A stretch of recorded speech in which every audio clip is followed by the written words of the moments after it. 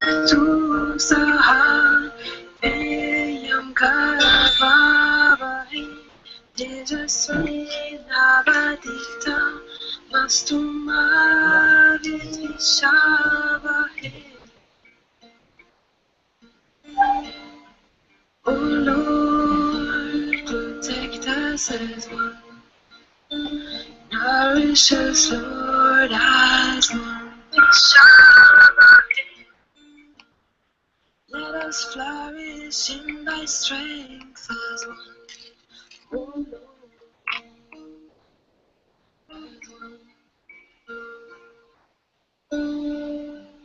let our knowledge, O Lord, be changed to light and fill our hearts with love. Oh, let our knowledge, O Lord,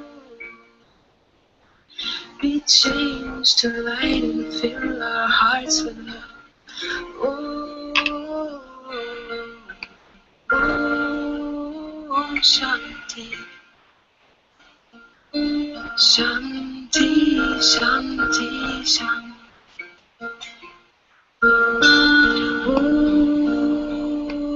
Om Shanti, Shanti, Shanti, Shanti. Oh Lord, protect us as one. Nourish us, Lord, as one. Let us flourish in thy strength as one. Oh Lord, as one. Let our knowledge, O Lord, be changed to light and fill our hearts with love. Oh, let our knowledge, O Lord,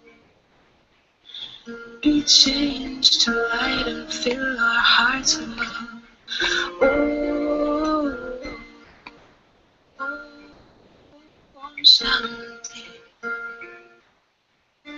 Shanti, Shanti, Shanti. Om Shanti, Shanti, Shanti, Shanti. Om Sahana Bhavatu Sahana Bhunaktu Saha Vyam Karavavahe Tejasvi Navadita Mastu Mahavishavahe.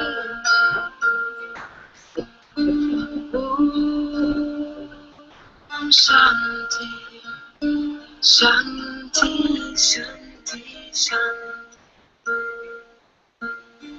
Om Shanti, Shanti, Shanti, Shanti. Shanti, Shanti, Shanti.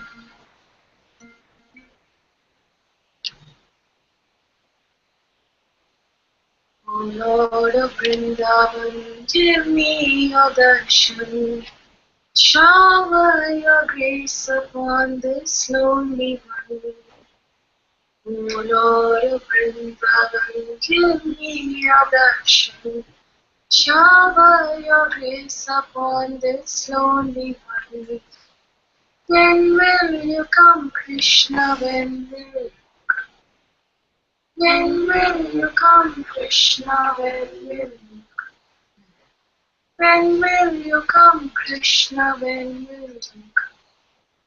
When will you come, Krishna? Let the beauty of my Lord ever fill this heart with love, everywhere and evermore.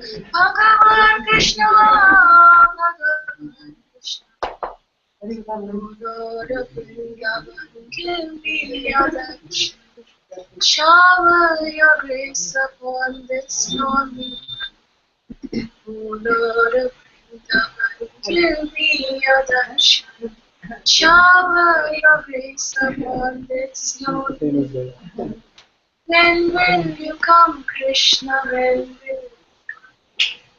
When will you come, Krishna? When will let the glory of your play never leave these lips again. Never say your holy name. Bhagavan Krishna, Bhagavan Krishna. Lord of Vrindavan, give me your darshan. Shower your grace upon this lonely heart. Lord of Vrindavan, give me your darshan. Shower your grace upon this lonely. When will you come, Krishna? When will you come, Krishna? When will let me cry and pray and call for a life of serving all. Everything I do is for Bhagavan Krishna, Bhagavan Krishna. O Lord of Vrindavan, give me your darshan. Shower your grace upon this lonely.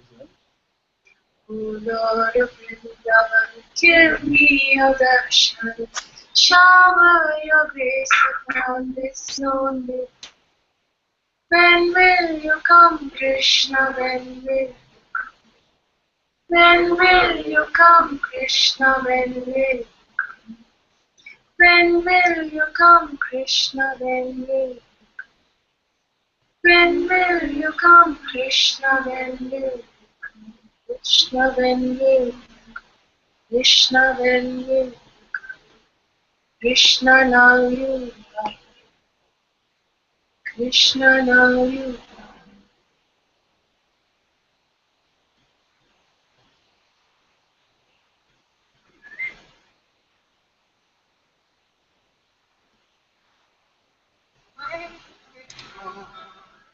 The world appears. This is where I meet you.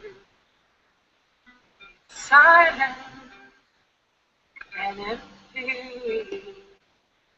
This is where I meet you.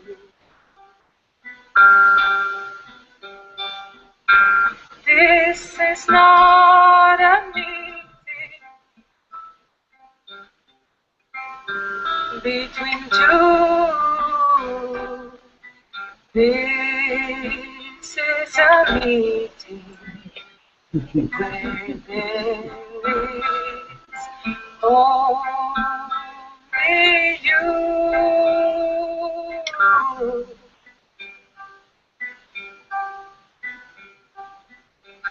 Way before me is born. This is where I find you. Silent and empty. This is where I find you. This is not a finding caused by someone. This is the finding that there's only the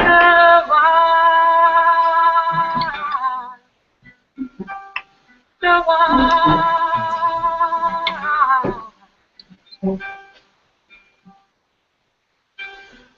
Oh Master, love of my heart, divine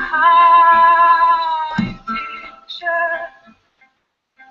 light of this life, O King of kings, O Lord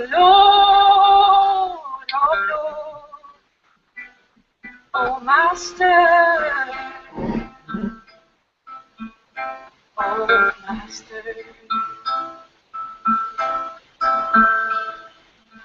Way before the word is heard, this is where silent and empty. This is where I hear you. This is not a listening one can do. This is your blessing. This grace is only you. Only true.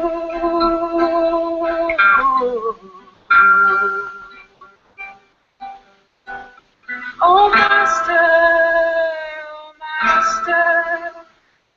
love of my heart, divine teacher, light of this life. O King, O Lord of Lords, Master, oh Master, Moji, my Master.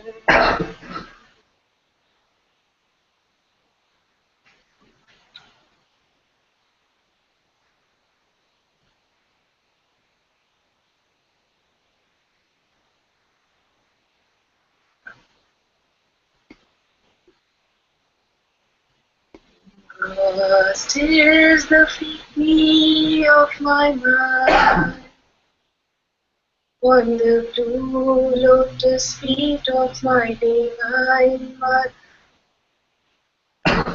Engrossed is the bee of my mind, on the blue lotus feet of my divine mother. Divine Mother, my Divine Mother, Divine Mother, my Divine Mother, Divine Mother, my Divine Mother, Divine Mother, my Divine Mother. Engrossed is the bee of my mind, on the blue lotus feet of my divine mother. Engrossed is the bee of my mind, on the blue lotus feet of my divine mother. Divine Mother, my Divine Mother, Divine Mother, my Divine Mother.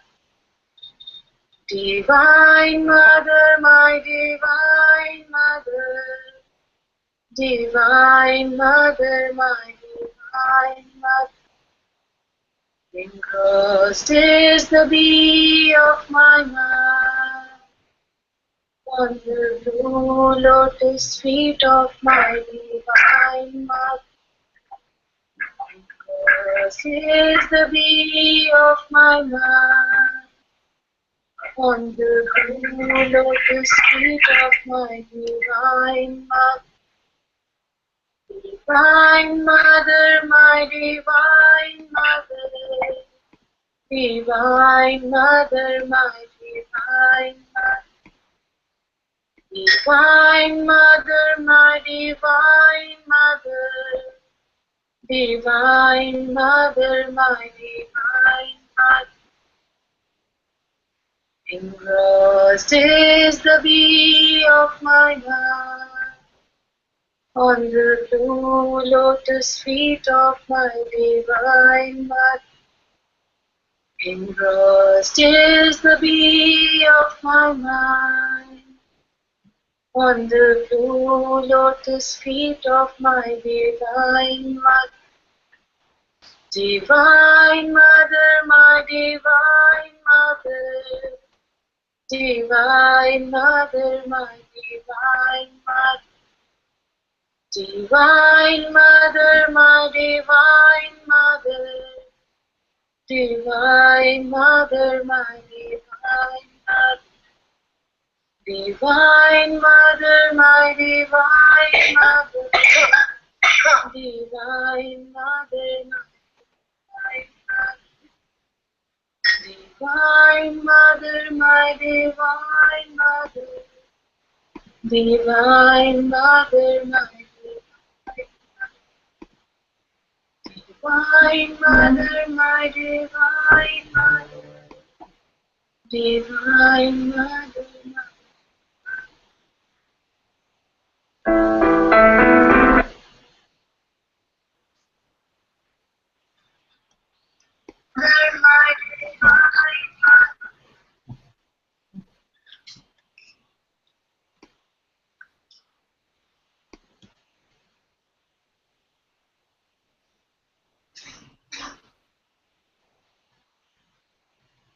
Namaste everyone. Very warm welcome to Satsang today. Sadhguru Sri Muji Ji ki Jai.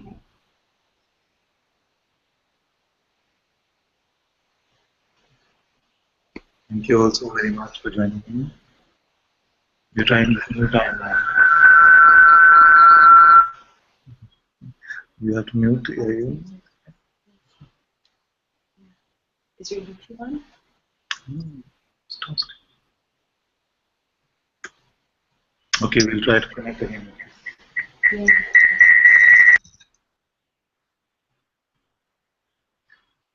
Let's try again. Can you? No, I was muted, but not on. So it's You want to try? Let's mute now. Yeah. Okay, let's try testing the mic. Yes, yes. Okay.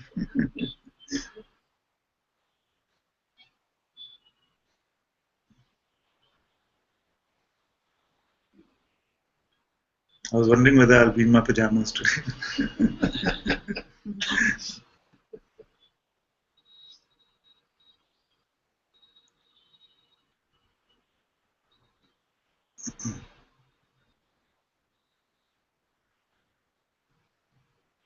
So many times you hear things like drop the search. What do we mean?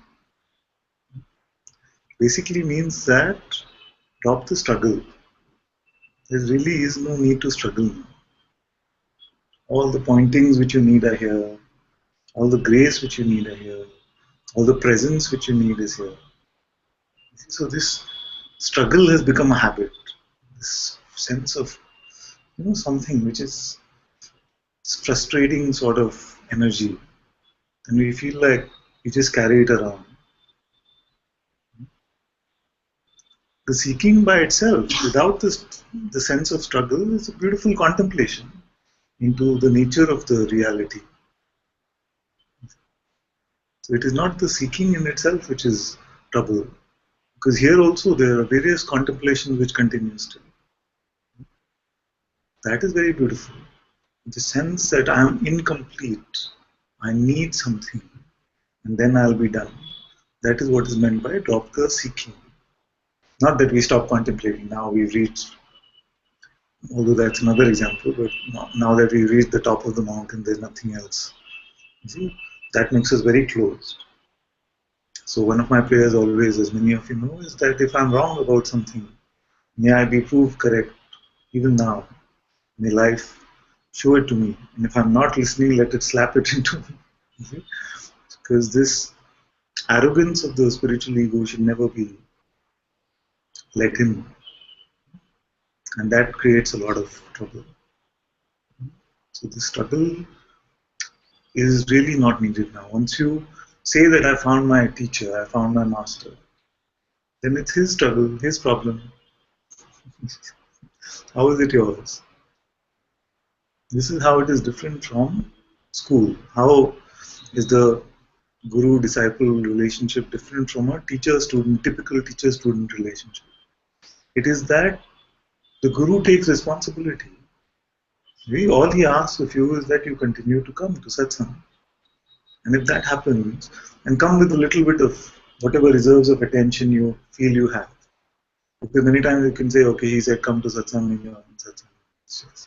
You're not actually in Satsang. So just Just feeling whatever sense of little control you feel you have, just bring that attention into satsang. The rest is his or her problems.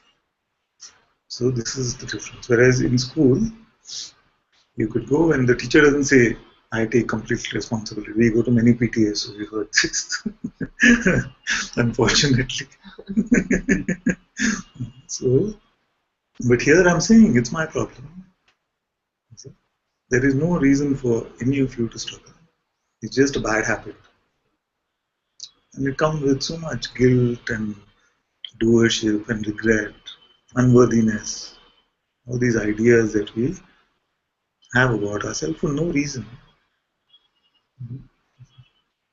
Because all of you are that. And I feel this time as I'm speaking, I realize that more and more this is coming to me to remind you that you are the eternal one. We even titled one satsang like that. Whether you like it or not. Whether you like it or not, you are eternal. And if you were to really look at this, even imagine it, that you are eternal, then you would do exactly like this. You would play these person games because actually nothing really matters to you. To the immortal, to the eternal, this is just a playground. With the recognition of what you are, then this sense of struggle, the sense of trouble, this will start dissolving. And if it is not dissolving, then we must inquire into the beliefs which we still hold. There is an identity still then lurking, if there is still some sense of struggle.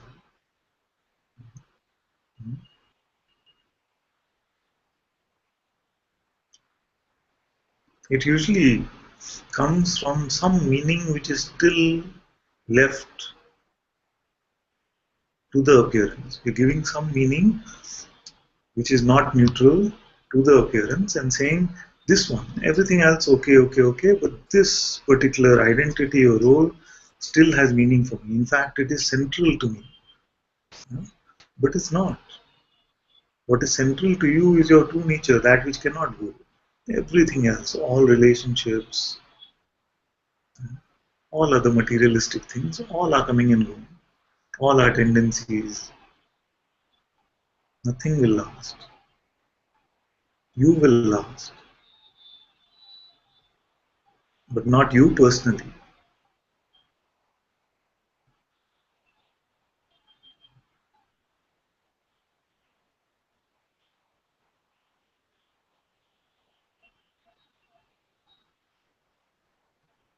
And now you're here means you are looking for this eternal truth.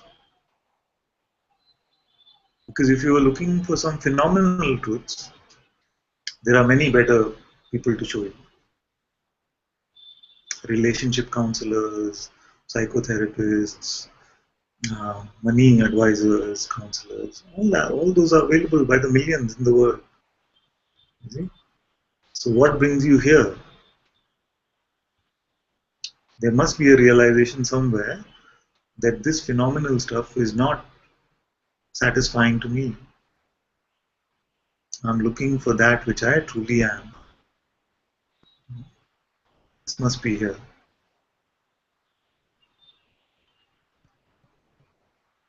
And this, just with a simple checking, am I aware now?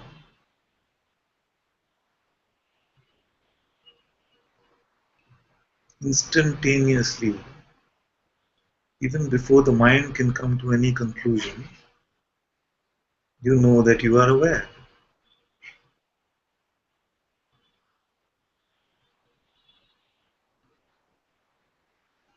And this you cannot leave.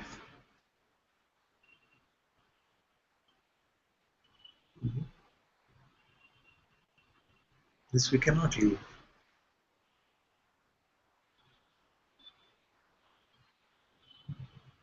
Of course, some friends are using different definitions. So you could say, I was not even aware. There was no even awareness was not there. And who knows this? So the knowing that something is present or not is already awareness. This knowingness, awareness, the I prior to I am, I prior to being, I knowingness, seeingness, witnessing, perceiving. We use many words for it. They're all synonymous.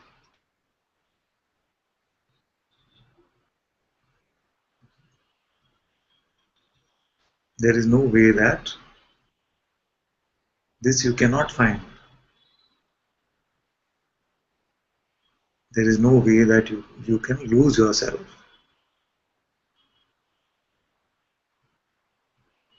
In fact, it is more that because it has always been like this, our mind is in denial of it.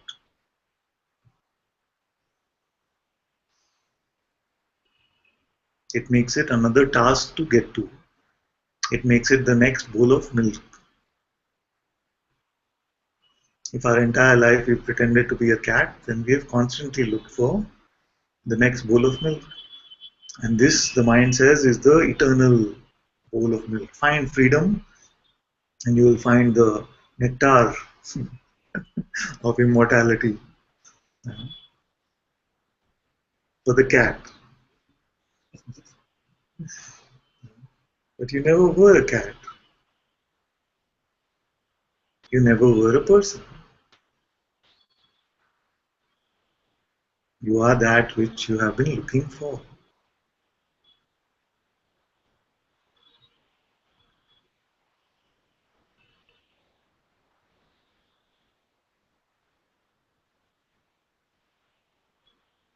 So this I, before the birth of the I amness even, is your true, unshakable, immortal, eternal nature.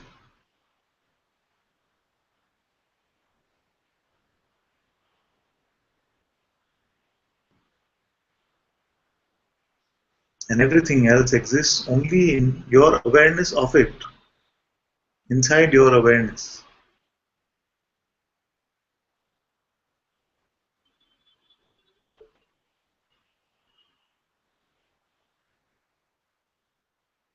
Then what happens? With the birth of being, actually all confusion starts. Deep sleep, no confusion, isn't it? The birth of being. So in fact, when the first time I heard Maharaj say something like, the only problem is you have the I am infection. It's like, I am infection? I am is God himself. You know, how can you say I am infection? You know? I read like that in I Am That, or one of the books, Maharaj's books. He said, I was not able to process the enormity of what he was saying at that time. So with the birth of I am, then very quickly the world of duality appears. It's always me in the world, me and another, my world, my life.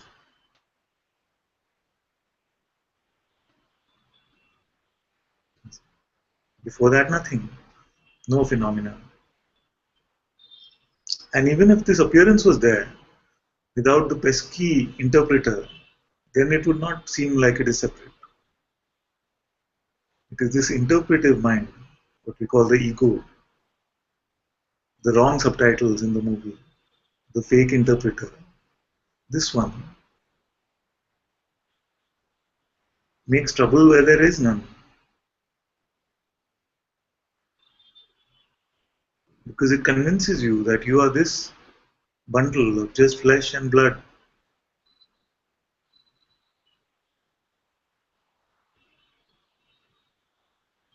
And you are alone here. Then it seems scary. You're just this body in this huge realm of billions of people and so many forces which are constantly attacking. And once you buy this story, then you bought the cat idea. And then you're running about like the cat looking for your bowl of milk and trying to keep them safe. And making sure you're on the right track. That's why I say this is such a divine mystery, the great divine Maya, that convinces the creator of the world that it is just a small speck in this world. Actually, the universe is a small speck inside you.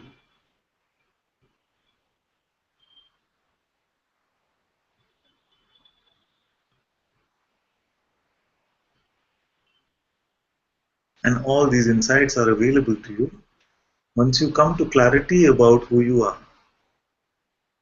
Clarity is different from mental understanding because it's very easy to pick up the concept I am awareness or I am the infinite one. But if it's just another concept, then it's not going to help. Clarity comes from direct seeing, direct experience.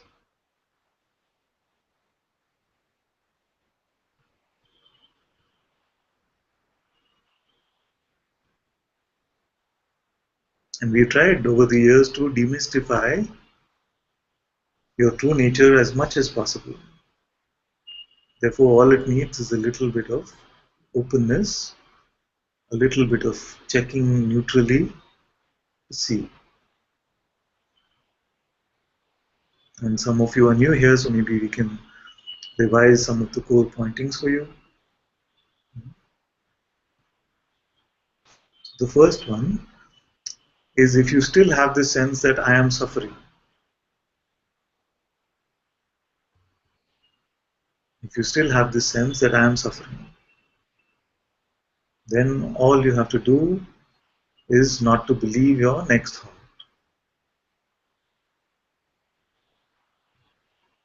Because there is no suffering now. Suffering is always dependent on some projection of past or future. And this interpretation, what the mind is saying about the past or future. So in our not believing the next thought, we are not picking up the false identity, we are not picking up any of these projections.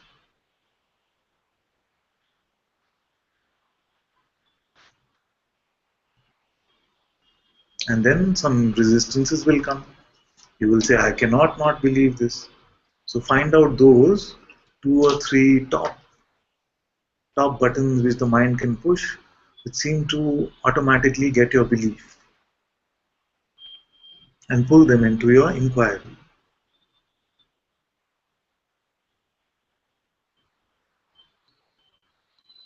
Okay. So if it is about freedom, for many of you now it is the spiritual seeker identity which is the strongest one where the buttons get pushed. So find out who is the seeker. Can we find the seeker? Is the body seeking freedom? If there was a way actually to communicate with the body and you say, I'm going to get you some freedom, the body will say, what? Does it taste good? It has no idea about freedom. It already is free. It's just an instrument.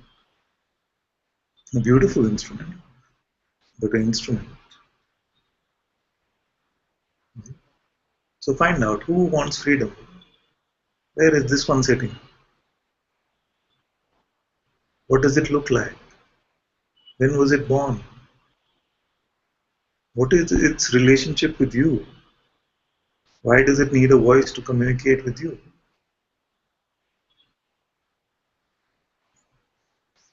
See? So are there two of you? Like this, if you inquire, you realize very quickly that it's just an idea. The seeker identity is nothing but an idea with no tangibility at all. You see? So those ideas which still seem to get your belief, pull them into your inquiry. And you will find that they rest on nothing. There is no validity behind any identity.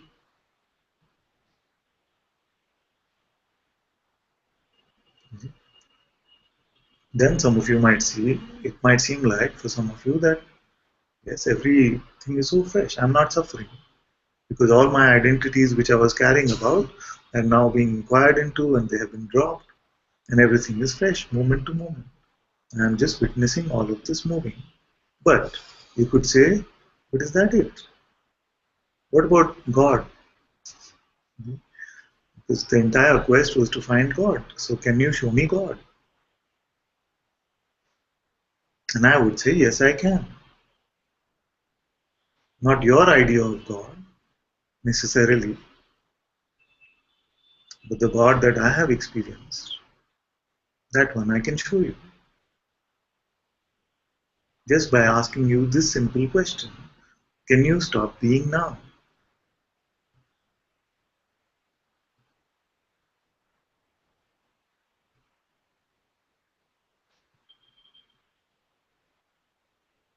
And when I say, can you stop being, actually try. Don't use it as an intellectual question and say, what kind of question is that? Actually try to stop being. Don't be for an instant.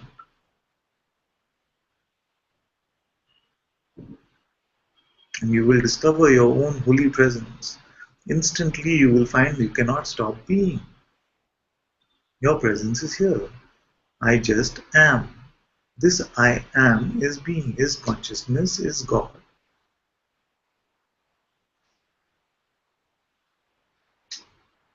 Because it is God who said, I am that I am.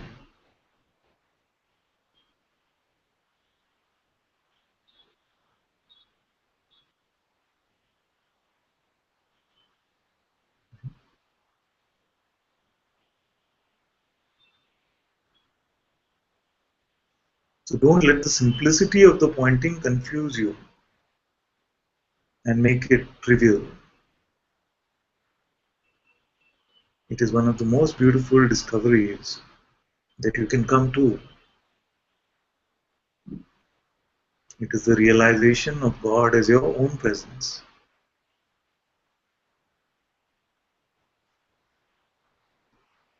In just looking and seeing if I can stop being.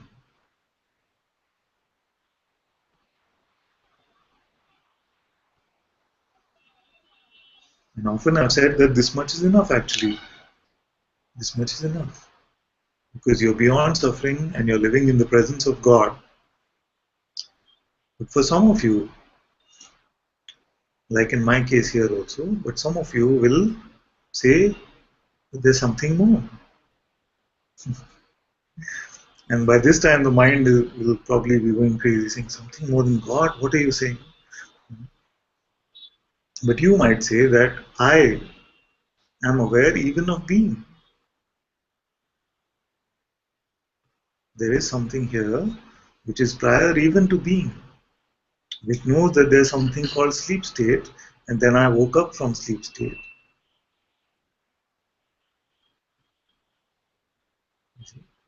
So what is this?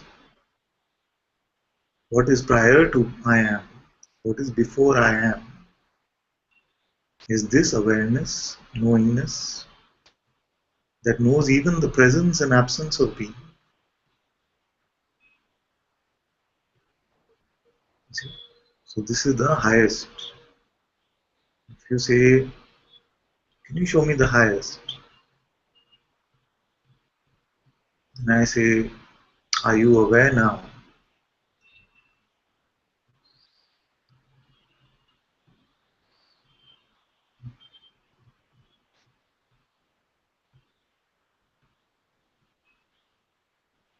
And for some of you, this might sound like a magnificent pointing. And for some of you, it will say, what? This was the highest? I didn't see anything at all. But in those words themselves lies the truth, where you're able to confirm, yes, I am aware, without actually phenomenally experiencing anything. Even for being, it was phenomenally experienced, but for awareness, am I aware now? This fact that I'm aware is known, but is not a phenomenal experience. It's the only non-phenomenal experiencing that you can have. It's not even an experience, but if you were to use the word non-phenomenal experiencing, It is the only one you can have. And it is central to our existence. I am aware. And because it is so natural, so intimate, there is no space between us and this.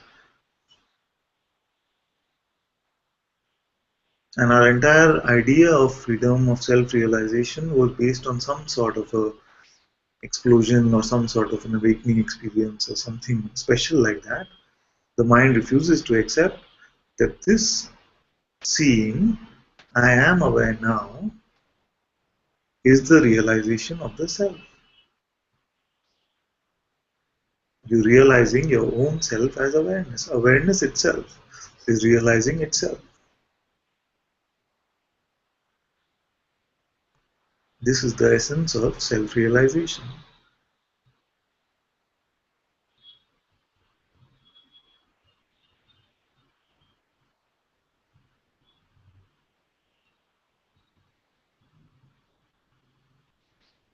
The trouble can come because the mind, the person identity can say, but this is not what I asked for. But we are no longer to cater to this one who does not exist. Because this one is forever unsatisfied.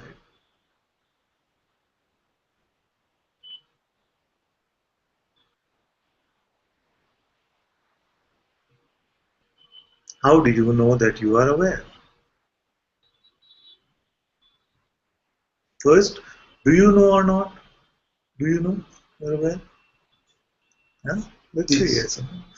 Yes. Yes. So we know. How?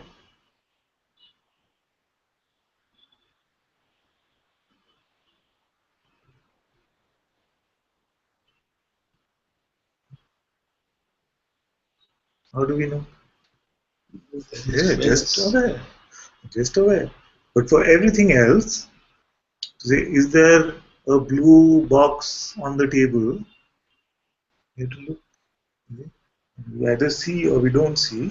And if we see, then we have confirmation it is there. You see, everything else is phenomenally checked. Everything else, even presence. Can you feel the presence, experience the presence? It is phenomenally checked. But for this, we just know. It's always just here.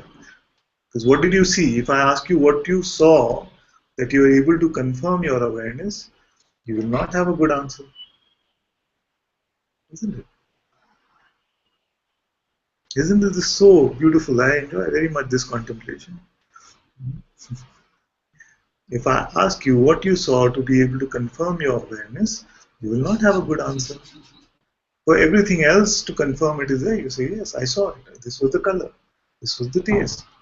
This was the phenomenal experience of it. But for yourself, you are not able to define a quality or an attribute. And yet you are clear that you are.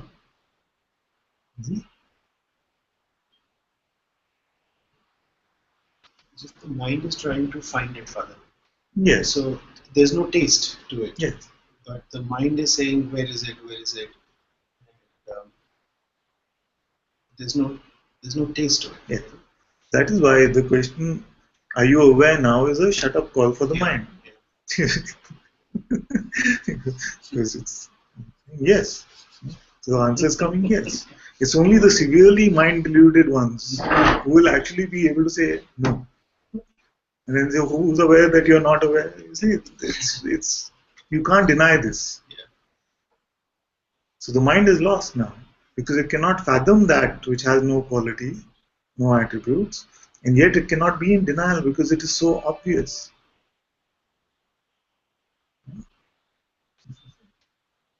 So like this. So when we say I am aware now, this is awareness of awareness itself. And this is the direct realization of the self. But if you're waiting for self-realization to be some sort of an experience, for you to have some sort of superpowers, then you're looking for a different type of spiritual experience. Now the mind will come and say, but can't just be this. Because people struggle for millions of years and they meditate in caves for a long, long time. It can't be just this. How can you just come along and say, are you aware now and this is self-realization? You know? Isn't it? Must be something more of a challenge. I should get an award or a medal or something. You see, there are so many books being written about the ones who are self-realized. And you say, I just check, am I aware now? I know that this kind of too radical. It's like it's a complete stop. Yes, and yet it is completely undeniable. Yes. You see? Because the mind makes everything upside down, so that which is the simplest is now too radical for the mind. This is because it is the simplest. And yet, if you go back to the scriptures and we were to read what they say about the truth, it is indestructible, cannot be burnt, cannot be cut, nothing can happen, it always is, beyond all the states it is. All these descriptions we've heard about it, isn't it? So what else is there? That is this. This awareness fits into all of those descriptions perfectly. See? How to stabilize oneself? How to leave that? How to let me make it even more evolutionary? Because this is another trick. So first is it can't be that simple. Second is how do I just be that? Self-abidance is touted as the next step. Yeah, but let me, since you called me revolutionary, let me be even more revolutionary and say, okay, you first leave that and show me, then I tell you how to go back. Don't be aware. So the only meaning that abidance has for me now is the lack of the pretense. You see? So the truth is unchanging, but you have the power to pretend by giving something which is not you, your belief. You see? So what abiding means for me now is this non-pretense. Don't pick up the false idea. But reality is not changing, that's why it's a pretense. It never can really happen. You can never become that which never exists. You can only be that which always is. You see? So what is the concept of, if you agree with that, then tell me about abidance, what does it mean?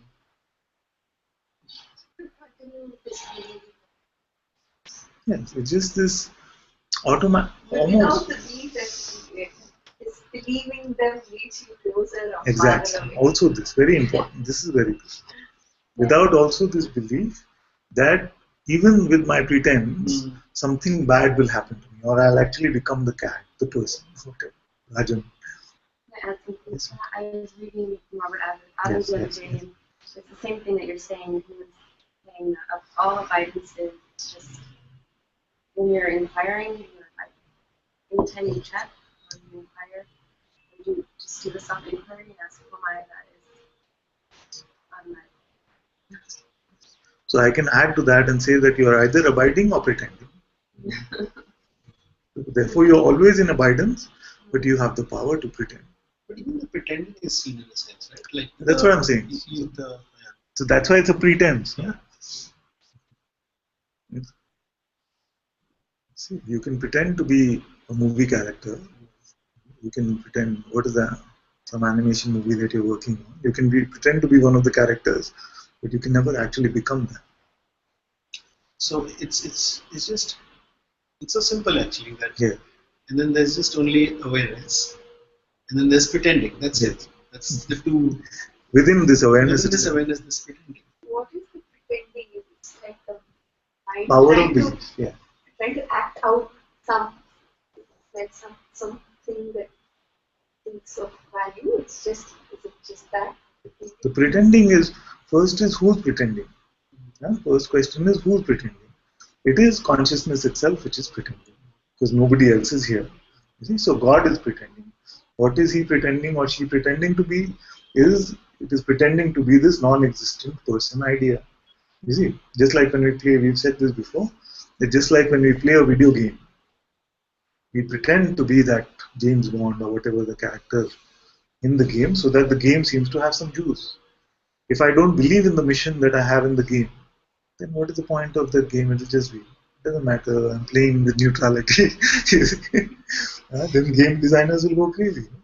So it is, you put on the game and it says, this is who you are, this is where you've been, this is what your mission is. You have to buy that story. You see? So just like this, God buys the story of being a person by believing this narrator. The same way, like the game has the narrator, this appearance has the narrator. It tries to make a person out of it. So God pretending to be a person or not pretending?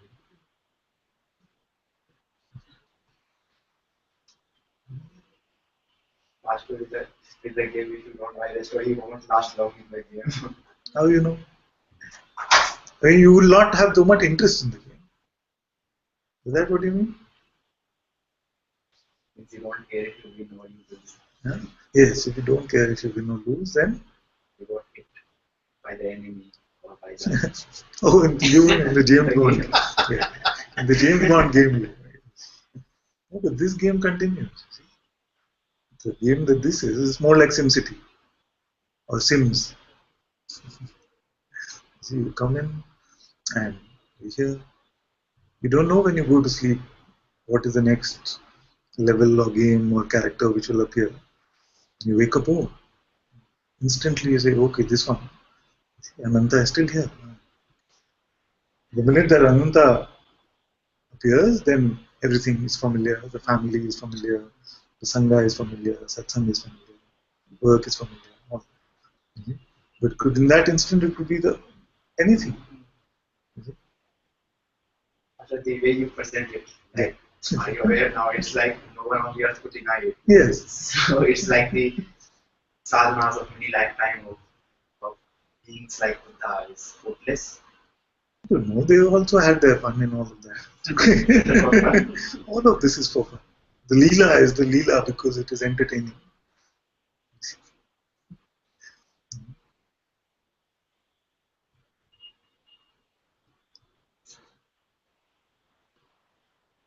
This is the funny paradox because Yeah. when we say that I'm not my guru's feet, I totally I'm not my guru's feet, I totally trust him. And they go away from the guru and directly they say that they start talking like I'm not that. And what the guru was saying always you are that. You are Exactly. That. That's not true. Yes. It's so funny, like exactly, like you say that you are that, and we just don't want to believe it. It's like no, but help me find it, and all along it's just there.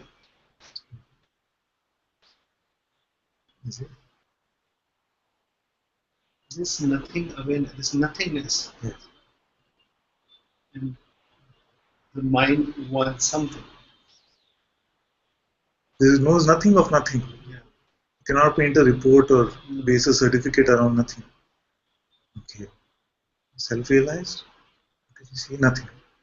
I can't give you the certificate. So don't wait for any mind certificate. You are aware. That is certificate enough. Only the mind is called it as nothing, but it's actually everything. Yeah. Everything's there. It's no thing. See?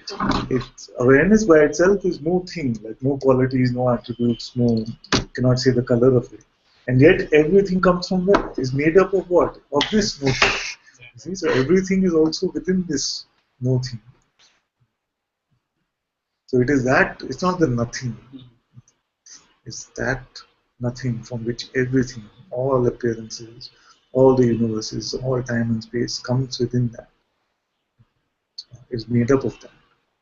Simply indicative of the fact that it's not a noun. It Yeah. cannot be boxed in Yes. by any kind of word, but there is no denying it. Yes. It's there. Yes, exactly. It's just like the space, which is not manifest phenomenally in the way that we look at objects, and yet all objects come within space.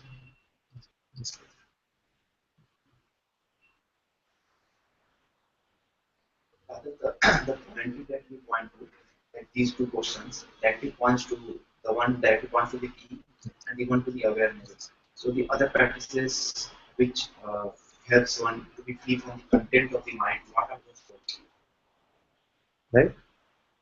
Like to be in the present moment, to be now. It's like all these like chanting, japa, all these things are things meant to be make us free from the content of the mind. Like to be, So what I've seen when I've studied these practices is that what is the root of suffering is belief in thought, isn't it? Now, belief cannot come without first there being attention. See? So unless attention goes to the thought, thought does not exist. So all of these practices are doing what? Trying to pull attention away from the content of the mind so that none of this mind-induced suffering can come. But somehow, I don't know why, maybe the time is right for it now, but somehow I don't know why there wasn't as much focus on the belief aspect, why attention was given so much more attention. Now, my feeling is to give belief more attention. So if you look at most of this sadhana, japa, mindfulness, all of this is meant to keep attention in a place. Even when Maharaj said, keep your attention with the sense I am, it is to control the attention. Just like time out for the person. It gives Yes. time out, Yes. and it just shows you that even without the person, like life is going on. Exactly. So it's just that much. Because Yes. many times we are so completely identified, we feel that the universe will collapse without that. Yeah. And when you do japa or whatever, then you're withdrawn from that. So since we still find things going on. Exactly. But the thing why I've stressed more on belief is that I've seen that attention is very, very tricky. Even you could have like long periods of japa and it can feel very good for a while after it's over, but then again attention starts moving around and goes to thoughts and belief goes. So I find very much to encourage all of you to just not believe your next thoughts. And then attention also completely free. It's not because this attention, trying to keep attention restricted to a particular phenomena is also seems to me like a non-free state. It's like a restrictive state. You know what I'm saying? Just let it go completely free. Let attention move wherever it wants. That's the purpose of it, to move into phenomena. Let it move. But you are not identified till you believe what your mind is saying.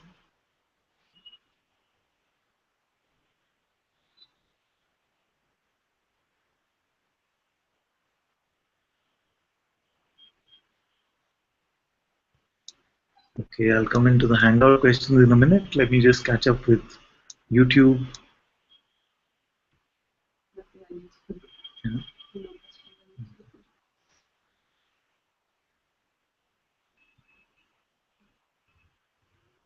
Actually, there's no point where we are not aware. Yes. There's just no point. There's no movement. And if you were to come to me and say, like, I've been having this conversation very often, so I feel like emphasizing this again and again. If you were to come to me and say, I was not aware, there was no awareness, and I would say, who told you this? Yeah. And you would say, I know. So I said, this knowing is what you are. So it's very good for this conversation also to happen. It's very, very good. Because there must have been an idea of an I, which is not this knowingness, which was there. And it was felt like I was saying that this is some phenomenal I which is still there. Okay? So when you come and say, oh, there was no even awareness there. You say, okay, so who knows this? Who told you? Oh, I know this directly. So this knowing is awareness. This I is confusing the father. The term I. The I, because I can see the ego I. Yeah.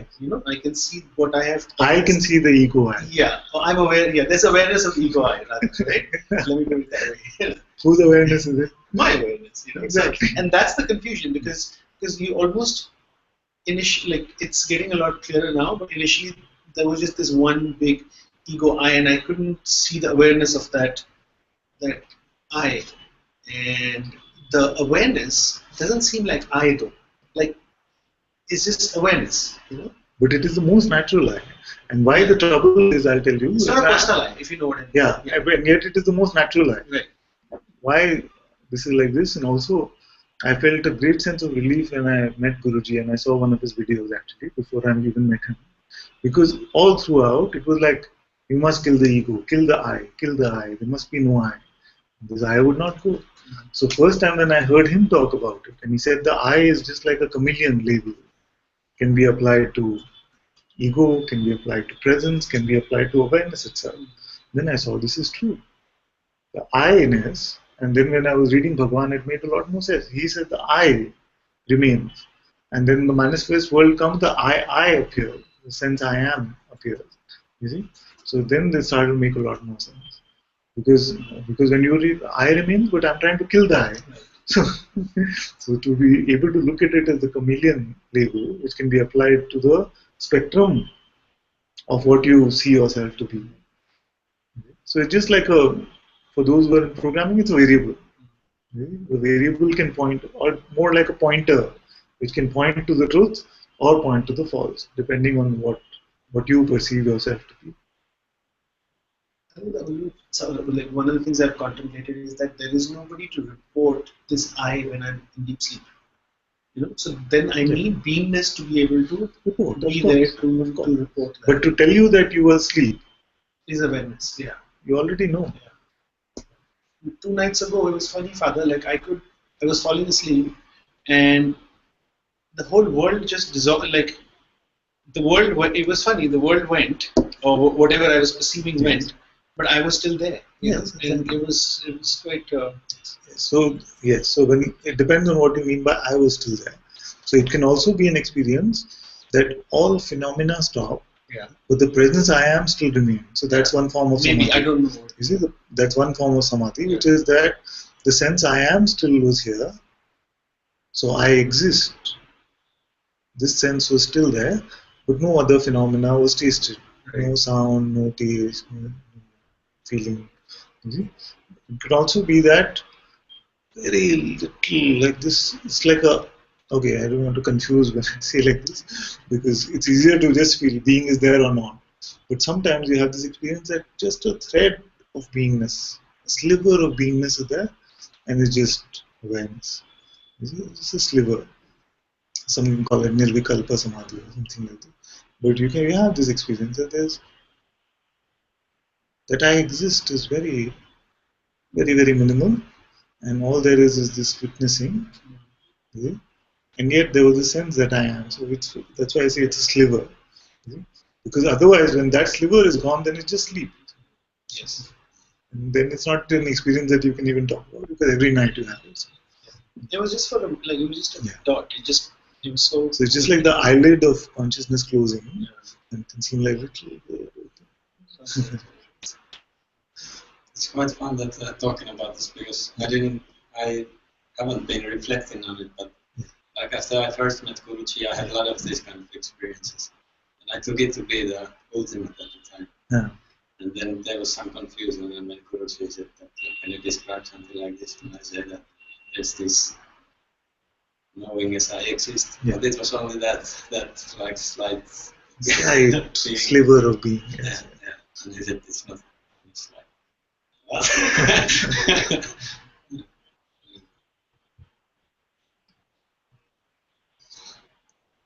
So Amaya had said awareness is always here, never changing. Beingness is always here, ever present, except deep sleep, never changing. Non-phenomenal and also always here. Also is the beauty.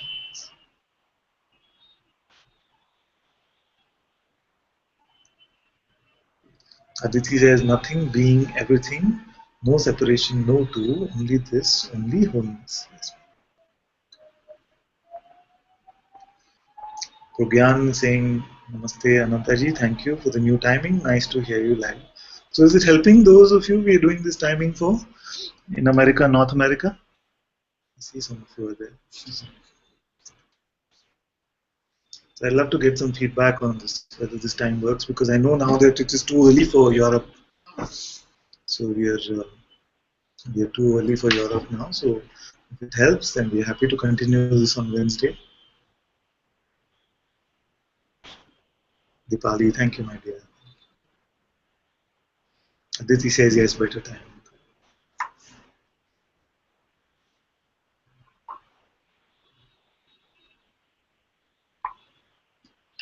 Vikas has some question. And then he says, I would like to be grateful to speak to you directly whenever possible. Please come, my dear.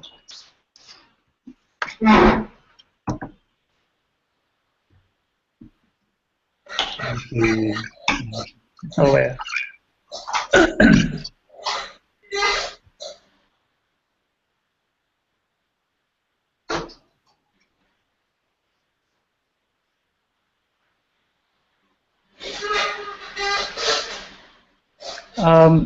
I want to ask if I have any control over these words that are coming out of my mouth, or am I just a witness to it? So there are three ways. We were just talking about this. So there are three ways where you can use the word I. At least three ways. Okay. The first way is to say whether I, as Vikas, the entity which I believed myself to be in the past, whether that Vikas has any control over these words. That is the first way in which you can use the word I. And I would say that that never existed. So no question of any control. That which never existed can have no control, nothing at all. The second way in which you can use the word I is to say I as being, as consciousness itself. Do I have any control over the words which are coming from here? Then I would say you are the one who's completely in control of everything that is appearing. Because in the light of this consciousness, only all of this is. So we can, all other existence of everything else is just presumed. Our direct experience is only in the light of this consciousness. So all phenomenal experience only happens in the light of this consciousness. And all experiencing is happening for this consciousness. So it is to this being, this consciousness, this God, that the sages have said, Tvam Karta, Tvam Bhokta. You are the doer and you are the experiencer. See, to this consciousness. Now, the third way in which you could use the word I is to say that I am aware even of being, the witness even of presence, the witness of the entire universe. You see, this I. Now, this I is non-phenomenal, the noumenon, from which the phenomenon comes. This noumenon is not interested, not concerned, it's just a pure witness to all of what is appearing. So this has no sense of control. Although being is coming from this, but if you make that separation between awareness and beingness, then we can say being is the doer and experiencer, and awareness is the knower, is the knowingness of all of this being. You see, so when you say whether I have any control over the words that are coming, you must be able to clarify which I you are referring to. I take myself as a witness, but I believe the world is created by the consciousness, but I don't think I have the power to do so. I did not create the earth or the sun. So when you say I take myself to be the witness, is it from direct seeing or is it only conceptual? Well, I honestly don't feel I have any control on whatever is happening, so No. So thoughts appear to me, even and this sense that I am the witness, is this from direct experience or is this because you've heard that you are the witness?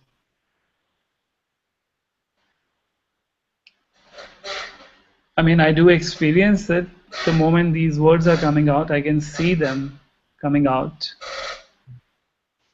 Is as it well. a feeling that there is a witness entity? What does this witness look like?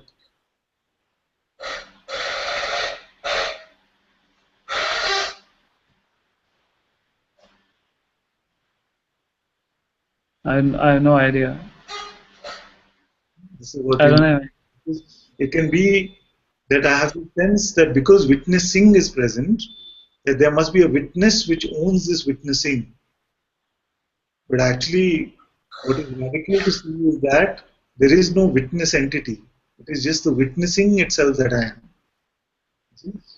So, although initially I might say just be the witness, because if I say you're just the witnessing, it becomes too much initially. So, initially we might start with this sense, just be the witness and watch this entire phenomenal play. But very soon I will ask you, is there even this witness, or is it just a witnessing that you are?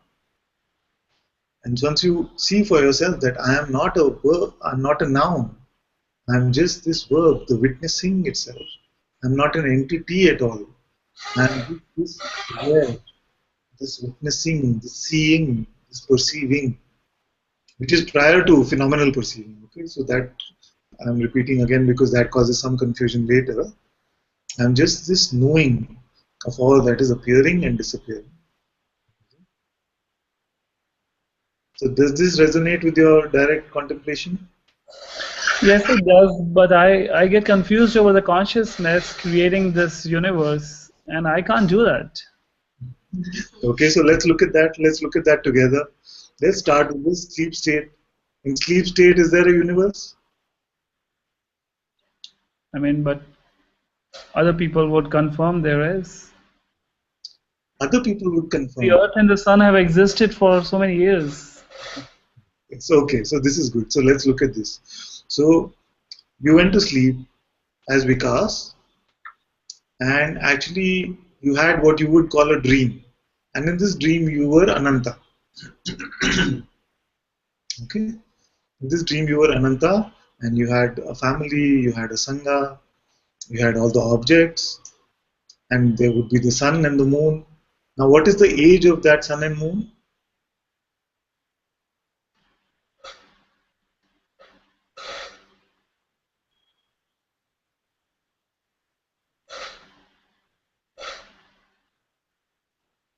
I don't know.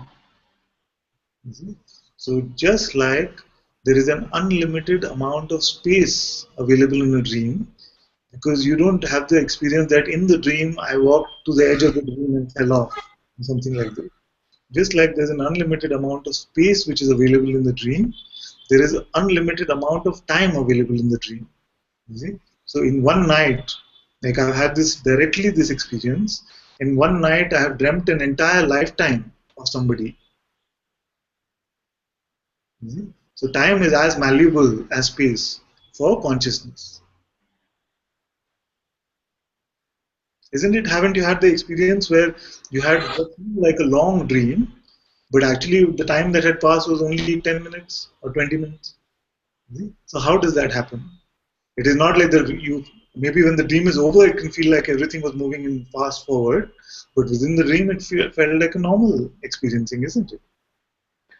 But in the waking state, it's proven, it's the fact the Earth has existed for so long, and Yes. the Sun, and it's there when I wake up every day, and the dream is the same every day. Yes. So Ananta in that dream met a scientist who says this sun is actually 65 trillion years old.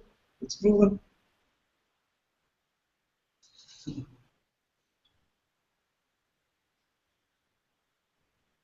See, all that is proven is within this play of consciousness.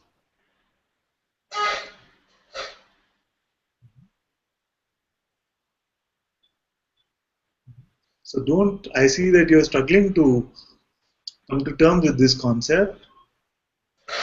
And my advice would be not to. Let this be a natural insight that comes to you. You stay with your true nature, which you're discovering about yourself as awareness itself. And one day you yourself will have this insight and report it in Satsang.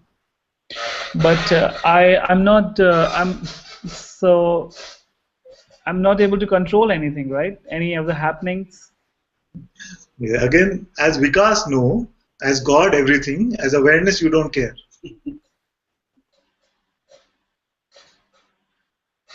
Because Vikas never existed. Still, whatever I would want to get as consciousness doesn't happen.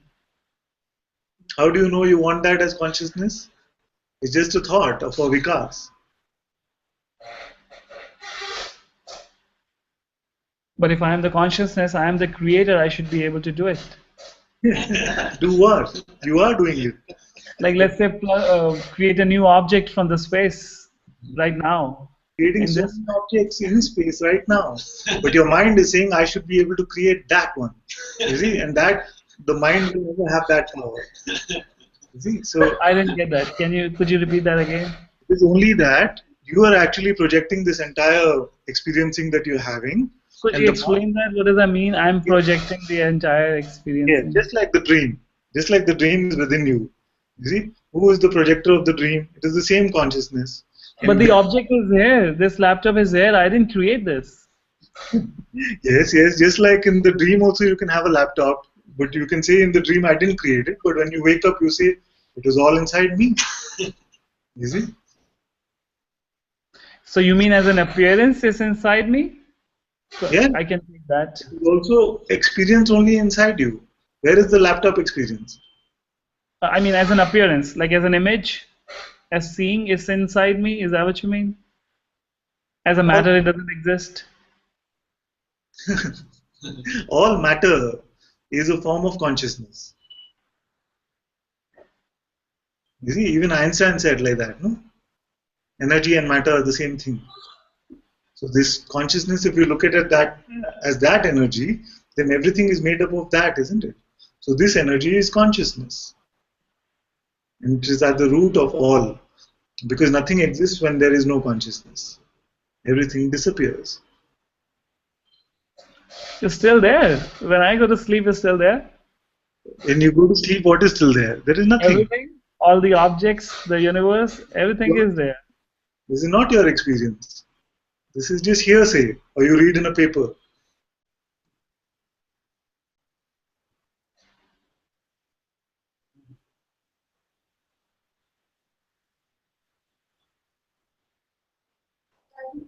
Fundamental confusion is I should, if I read it. If I created it, I should be able to tell you how. How did I do it? It's your most natural functioning. It's like, how does light shine? Will light be able to explain to me how it shines? Creation is a fundamental nature of consciousness. So, but finally, this awareness should know how it works. It should. Awareness knows how it works, but the mind can never know it. Awareness knows how it works, but the mind cannot understand it.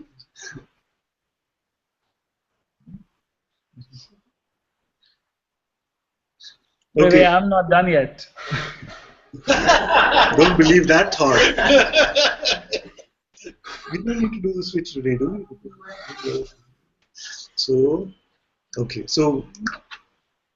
my first recommendation is, or the first thing I want to check with you is, are you suffering? No, I don't have any sufferings. No. Then we can play with all of this stuff. Are you suffering because of this question? I mean, yes, I get a little bothered with thoughts here and there. As I told you before, I didn't know, I've read so many books, they would say, watch the thinker, watch the thoughts. It was difficult to do it though. I was just annoyed by the fact that why are they coming? Why is my attention going? I don't even want to bring my good experience from the past. I don't want anything to do with the thoughts. But I didn't know how to handle it. But what you told me, that stop believing them to be true, that has helped me in the flow or the attention, or they don't come as much. I like that. But other than that, I don't have any suffering. I don't have any complaints on the life or at all. I just want to know. I didn't create this chair or the sun or the earth. How did consciousness create it? It's already there. The God created it. Yeah. Yes. I could accept that God is speaking as me, as you, and I am just a witness of it. But I can't imagine me being the God doing all this, the universe that I see. I don't think I've done that. Yeah. Or it's in my power or the capability. So either there must be two, there must be a you and there must be God. So I mean, the awareness, then the God is the consciousness. But okay, so this is also important for you to hear that consciousness is nothing but the dynamic aspect of awareness itself. Because awareness is all there is. You see, so consciousness must be made up of what? Of awareness itself, isn't it? What if consciousness is also pure knowing and God is a third entity? Which would be made up of what? Even if there was a third entity, it would arise from the same content. No? Awareness gives rise to consciousness, and then we are able to be conscious of this phenomena, but maybe the phenomena was created by God itself. Which is separate from consciousness or a part of consciousness? Looks like it's separate because I can't create anything in this space. I can't make this sun, that is a fact. Person doesn't exist, so definitely is consciousness is speaking, and I cannot make a new sun or universe right here, even if I want to. Tell me how consciousness is speaking. Isn't this consciousness speaking out of me? Isn't it consciousness which is shining as the sun? Consciousness that is doing what? Shining as the sun, the same way that consciousness is speaking. Yes, that's what I'm saying. Okay, if we take it, let's take it as God. Let's call them God and say, yes, God is speaking. God is the sun. So definitely, I am not God. You are the witness of God. I'm awareness. I'm witness. Witnessing awareness. I'm very happy with that. But I don't think I'm God. Then you just stay as the witness. But everybody, I mean, all the books and everything that's in there, they're saying that, that I am God. The God is born. I don't understand that. I have no control. If that's the case, I should be able to heal my body. If it goes bad or any miracle, I should be able to do all those things. Never die because I'm the creator. You get a cut. You get a cut today. Who heals it by tomorrow or day after? All right. All right. Okay, so what I will suggest to you is contemplate a little bit about what changes between sleep state and waking state. And I know it sounds like a bit of a task because it just comes very fast. But just have this feeling in your heart that I will contemplate the difference between the sleep state and the waking state, what changes. And then as more and more this contemplation deepens, you will find that being emerges from within me. And all of this is just an appearance in the light of being itself. For these insights to arrive. I cannot, like I was saying yesterday, I cannot explain to you the functioning of God or the functioning of awareness. Yeah, how did the God create so many forms? How did the being create so many forms? Yes. So in this, when you look at this transition from sleep state to waking state, you will find what happens, what actually changes, and how it appears. The only change I see is that I become conscious of this universe, of the phenomena that's around me, my body and everything. Yes. That's all so far. Only when this consciousness is there, or you are consciousness, does all these phenomena exist, isn't it? I come to know of them. I'm conscious of them, yes, of their existence. So it's then we are at the same point of the scientific experiment of Schrodinger's cat, isn't it?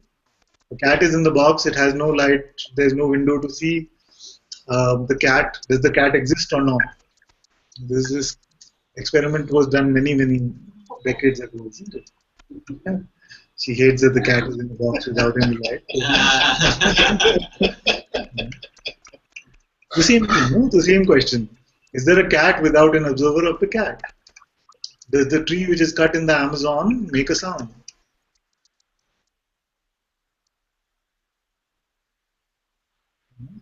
So this is that same sound. Not asking you to put a cat in a box.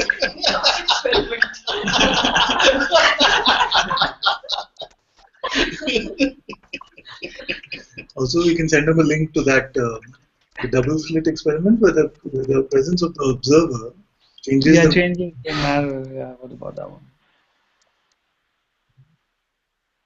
It changes the matter, changes the energy to the matter, right? Changes the nature of the light particle itself. Seems to change the nature of the light. Yeah, they act like a matter. When we observe it, it looks like a matter. Is that what it was? So how do you do that? How do you change the nature of that light particle? Just by observing. Just by how? observing.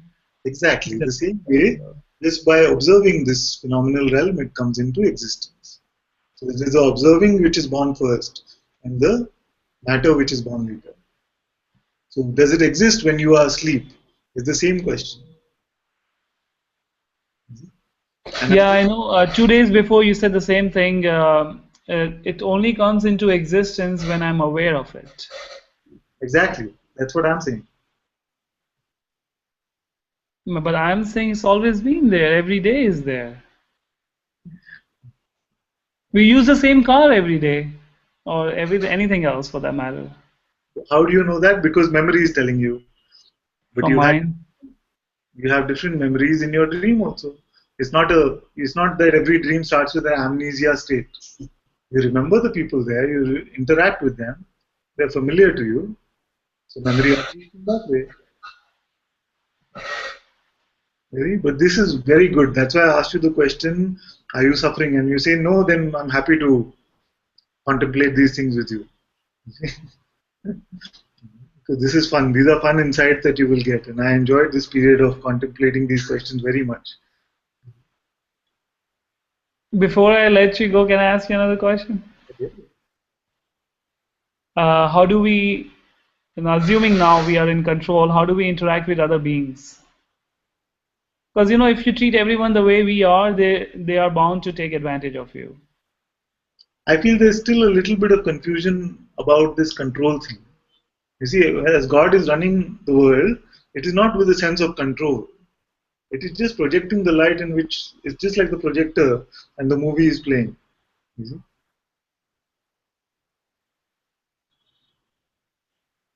I feel that there is still a personal sense getting mixed up with consciousness when we say I am in control of the world.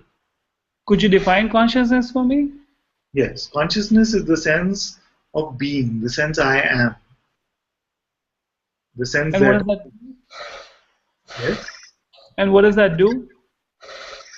When it comes into existence, then following that, all the forces of attention, belief, gravity, light, sound, time, space, all of this is there. You see? So with the birth of this beingness, all of these things come into place. When there is no beingness, there is no such thing as belief, attention, light, sound, gravity, time, space, none of that. I think I'm assuming consciousness as Atma inside the body which is doing the action, so that's wrong. The Atma is never inside the body. It is the body which is inside the Atma. It can be experienced in the heart region or something like that. It can be felt like that. But actually, if you were to contemplate right now, how do you experience your body? You will find that it is experienced as a set of sensations inside you. And this inside you has a lot more space where everything else is also experienced inside you. So this is the Atma. This is the being. We use it. And this being is doing actions through this body? This being is doing everything, but not in the way that you're believing at this moment. It is just like the light of the projector, which makes the characters in the movie come alive.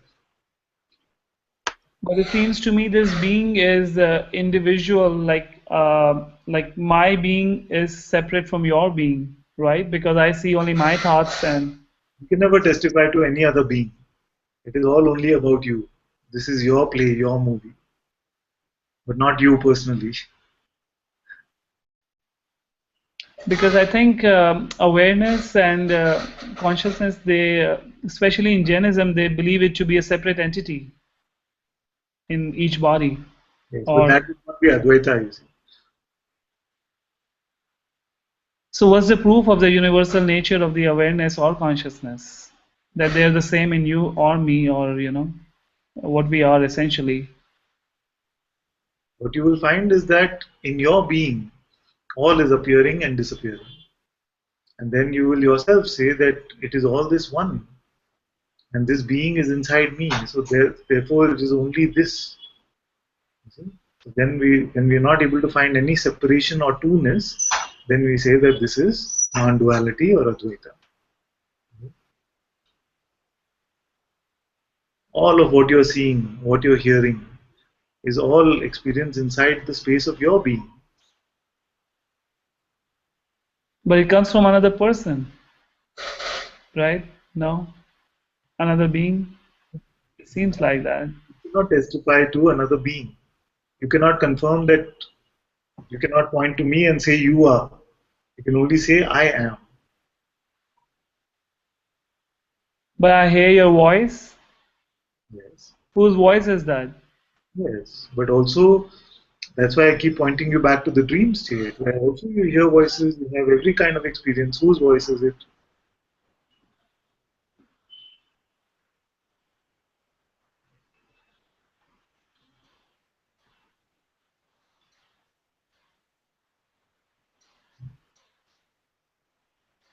So also contemplate as you're looking at the nature of sleep and waking up.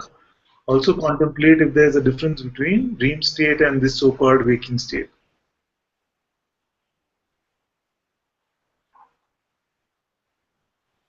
Well, I've been doing that. All of this will reveal itself to you.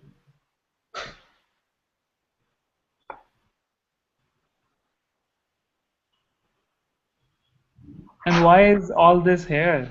Why awareness? Why consciousness? The awareness you cannot help. Okay. Because you are the eternal one. Whether you But like why? it just is. What's like So this one I cannot this one I cannot say why, awareness. The rest we can give you some options and you can choose whatever God wanted to play with himself? Is that the one reason? Yes, yes. The birth of consciousness is that. My favorite definition, which is entertainment. The Leela. What is consciousness? You see? So if you were the eternal one and you had no qualities and you had no attributes, nothing phenomenal about you, and for some unexplained reason which I cannot explain, if you find the answer, please tell me. There must have been an urge to experience phenomenality, to experience its own magnificence, to experience this play. And then the birth of being happens. Does awareness puts consciousness to sleep? Yes, we can say like that, or we can say beingness goes to sleep. Either way, it's the same. Ultimately, awareness and beingness are the same. You see, it's just like water and ice. So ice is also made up of water, but it feels different. So Because it seems like we can control the sleep. I could fall asleep when I want to. Just do that right now. I mean, in about half an hour. So that's not when I want to.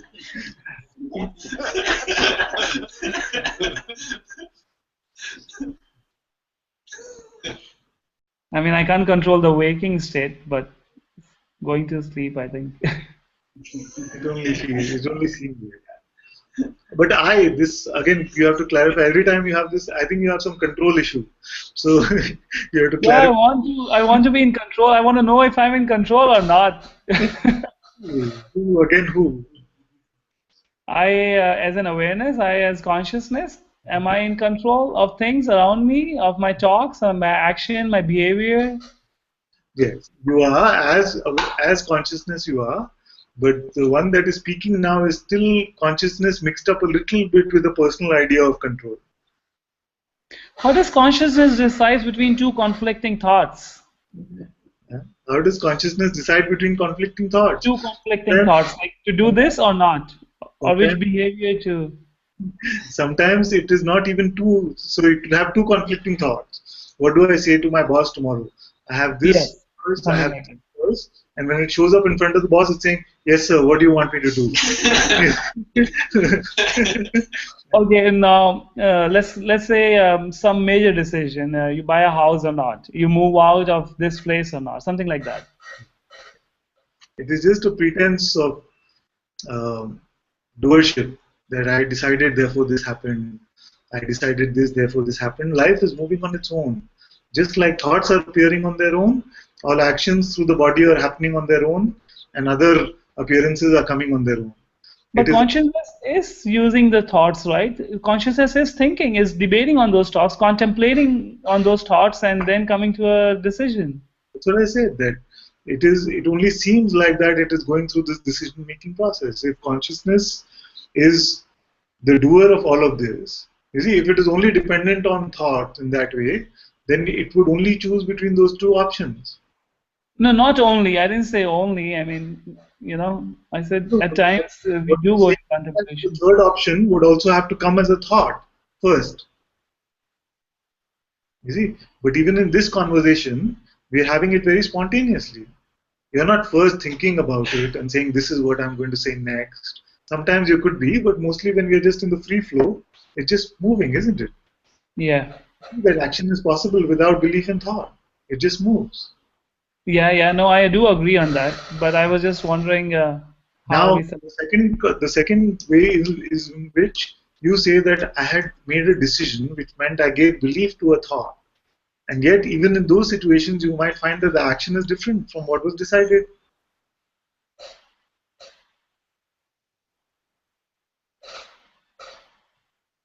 You say, I will never buy a house. And then you see a nice property, you walk into it and you close a deal.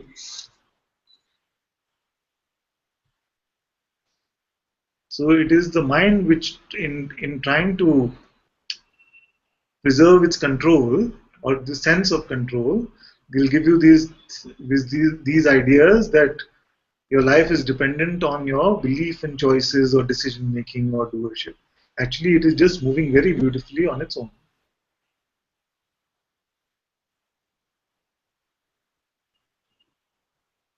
So no control on consciousness, right? Consciousness is completely in control. It's just playing. Just playing. And more as Vikas is dissolving, you will enjoy this play.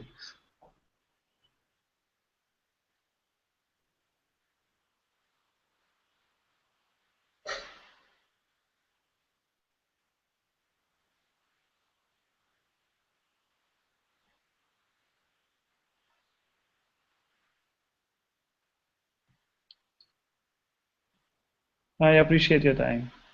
Thank you so much, my dear. Good to see you. Thank you so much.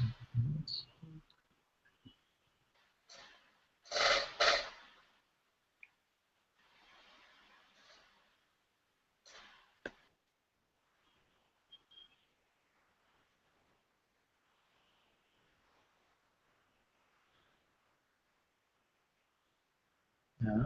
Maya said, thank you, Father. It seems these questions were latent in some way about God, Atma, Sadguru also inside body, creation here too. And Muji often speaks in reference to God, so clarity is helpful.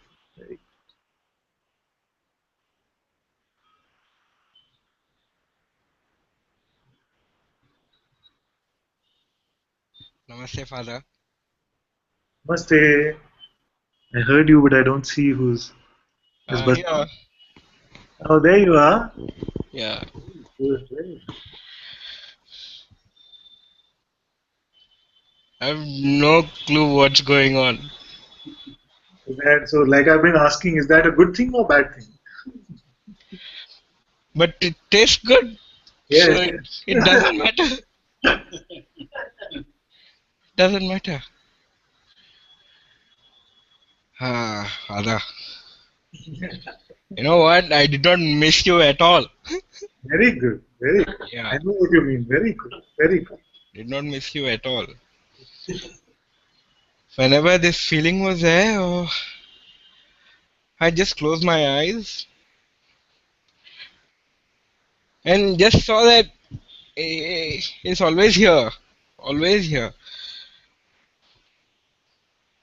and it's so pleasant that it hurts actually.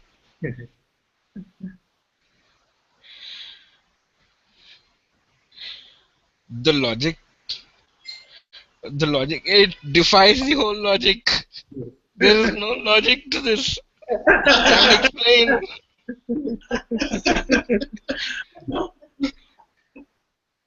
So the mind was throwing this. Okay, you are broken. You're done. That's it. Yeah. Your mind is broken. And then again, when this thought comes, I check. Okay, is the mind broken?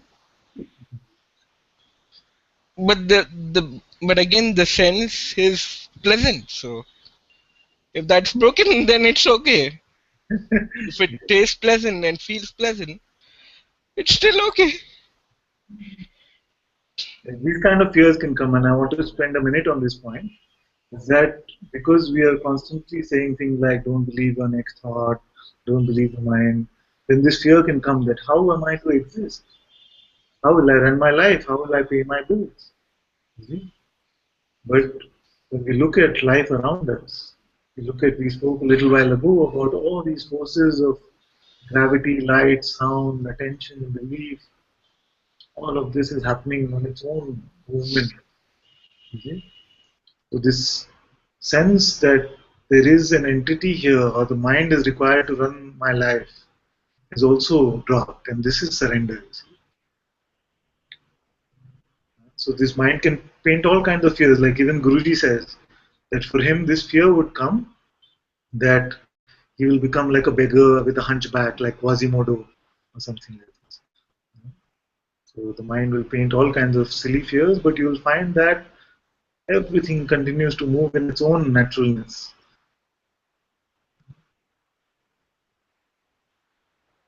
Isn't it? And Father, the actions which are so if there is an action that is not coming from the source, uh, it is really biting hard. I think the person needs to be treated badly until he is kicked out. I don't know whether this is true or again a creation of this mind, but anything that I do which is in contrast to my this nature, I cannot explain what it is. It is coming back right away and slapping me really hard, and the bite is really hurting this person. Let me put it another way. Yeah. The way to put it is that all actions are arising from the source itself. Now, what happens is that either pre the action or post facto, the mind comes and says, you must do this or you must not do this. Now, when this kind of belief in the mind is mixed up with whatever is naturally arising, then it seems like some suffering comes.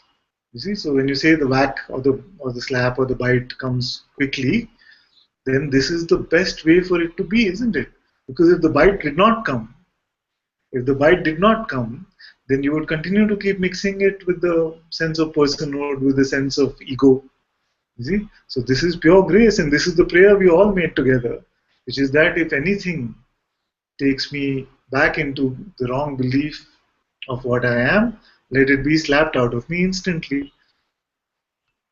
So this is an answered prayer, you see, because if it is not slapped instantly, then it stays for some time, builds up, builds up, builds up, and then some big sort of catastrophe needs to happen for us to become open-minded again to the truth.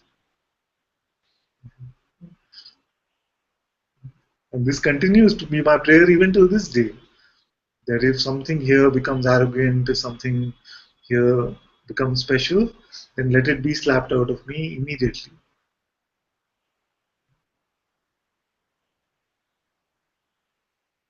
Why don't we say let it be gently shaken? You can say like that. Some can say like that. I say like that. Completely. Sometimes I think I need to slap. Otherwise, I won't. Because for me, gentle shaking is too much time.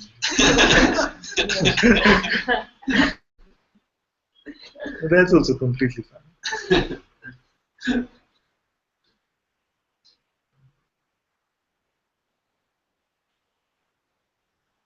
I also saw that Baswant was in the retreat in Pune and with Ramdas, and I saw he introduced the concept of Rajan over there as well. Somebody pointed me to that part of the satsang. Amaya pointed, and I saw that bit.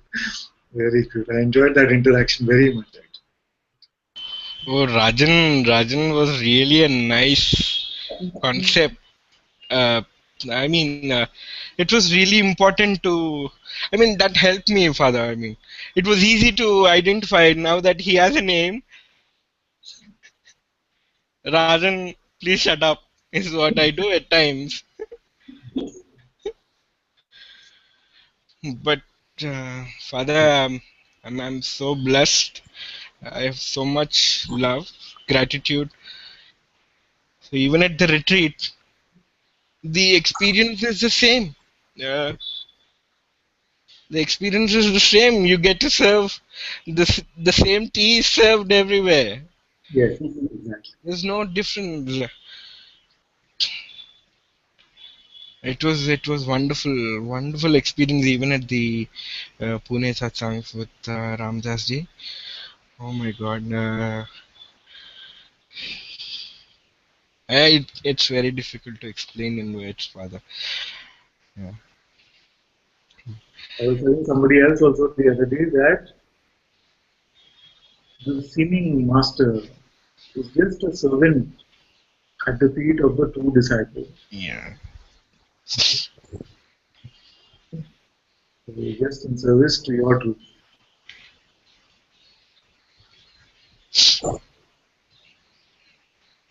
And the forms might be changing, might be any kind of form.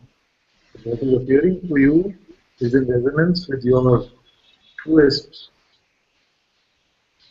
feelings of freedom, your truest heart sense that you want to know the truths.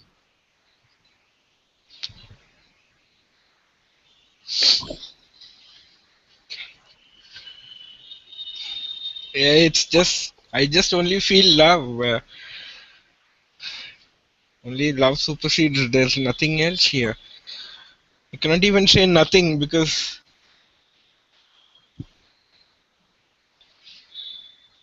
it's very strongly there.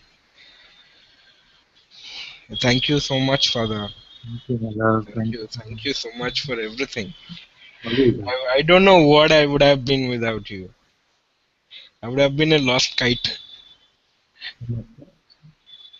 Thank you so Always much. in service to you.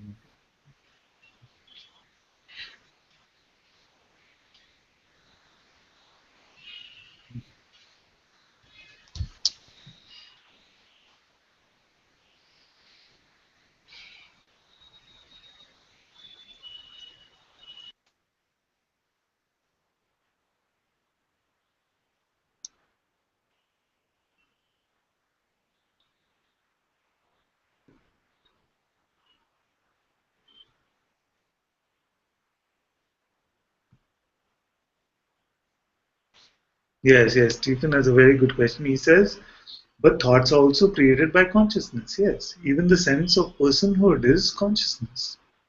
Completely. All that exists, all that appears is consciousness alone. But in the same way that you go to a doctor and you say that I'm suffering from this ailment and I want to be free from it, the doctor says, yes, just take this medicine and you're free from this ailment. Therefore, when we come to satsang, we come with the sense that I'm done with this play. As long as you're not done with the play, you'll continue to play. Nobody is coming to you and saying you must stop playing. You see? Those who come to satsang come and ask, I want to be free from this. So then the teacher then prescribes a way to be free from this. The teacher is not saying that the play is away from consciousness. And it is based on your heart sense that you want to be done with the suffering, done with the personhood, that you say, come and take me back home. You see? So everything is consciousness. And consciousness, by the way, has the entire spectrum of extremes. The mass murderers are also consciousness. The great sages are also consciousness. You see? So when the sense comes that I want to be free from this spectrum and I want to come here, I want to enjoy this, I want to marinate in the truths now, then the sages will point you towards that. But otherwise everything is consciousness.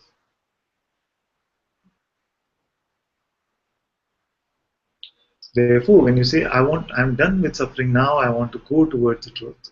I'm done with playing the video game of James Bond, and I want to put it down, but I find that something seems to be stuck here. Then the master comes and loosen your hand from the game controller. Go away. But if you say, I still want to play, of course, it's completely your right to play.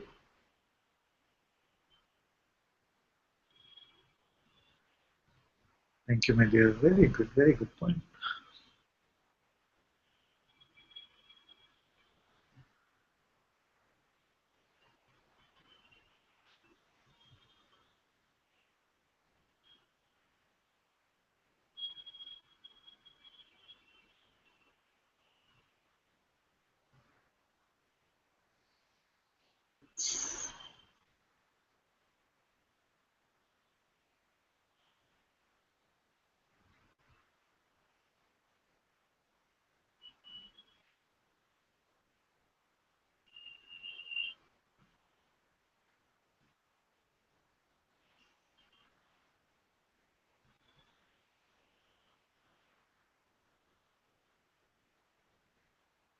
You know, it's very funny that Aparna said something yesterday. In the satsang, I kept feeling like I've not heard her voice for so long, and I wanted, but I didn't. It was like she was marinating in something, so I didn't disturb her. And then she wrote that long message on Heart Altar. So let's hear from you now. It's not like I don't miss you. This feeling can be there that he's just, free from all this. He doesn't have any human left or something like this. But I do miss you. The father not Mrs. Daughter. And I miss her also.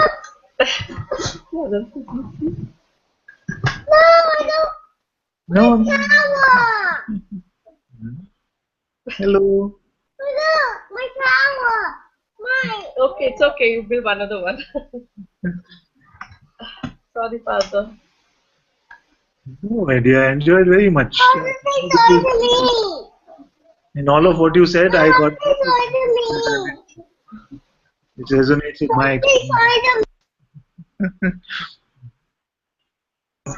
She wants to see you. Okay. Yes, No, I don't want to. No, you don't want to see her. Okay, she is angry now. Yeah. Just like mother. Yes, totally. I'm not angry. I'm sad and upset. Oh, she's not angry. She's very sad and upset. Getting angry that you said that she's angry. No, okay.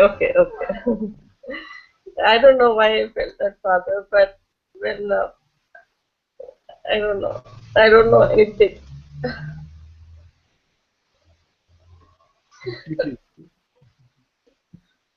I don't know what my heart longs for, Father. Somehow I see you.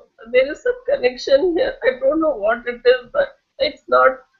I don't know that what it is actually, because it's something beyond mind which is there, which I'm not able to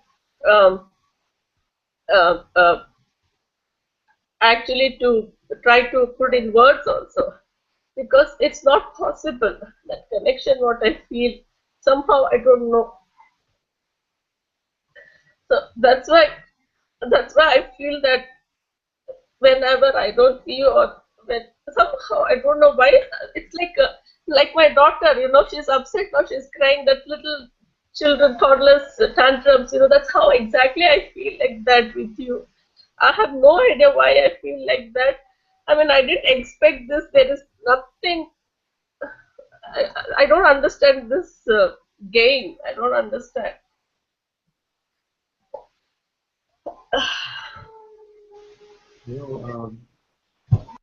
Over the years, we've had quite a few of my daughters throwing tantrums, and I'm completely fine with that. I don't want to, but It's it very sweet. happens. Yeah, very much. It's very sweet. I have no trouble. It it just happens automatically. It's not willingly. It's happening or anything. It's okay. It's okay. It's okay. It's okay. Okay. It's okay. I'll do it later.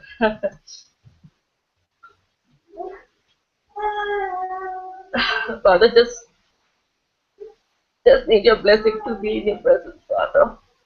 Yes, yes, yes. Please come. I have no idea how you're saying this because, as I always said, the situations are still not clear. Luckily, I've just applied for the OCI for my daughter, so it should come by. Hopefully, it should come by mid-February. So after that, how your grace works, I have to see that. That's all. I have no plans as of now. Come, don't worry about those issues about family and society, and just come. I totally trust you, Father. I will. I don't know. I don't know anything.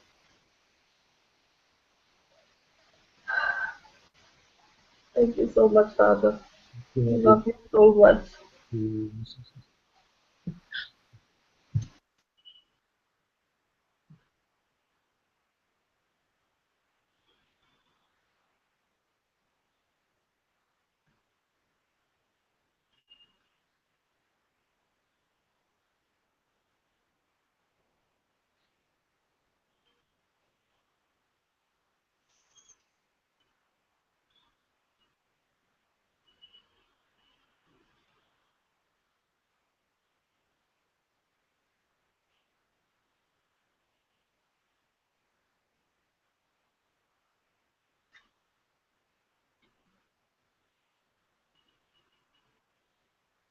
Shakti and Radhika also here. Let's hear from them a little bit as well.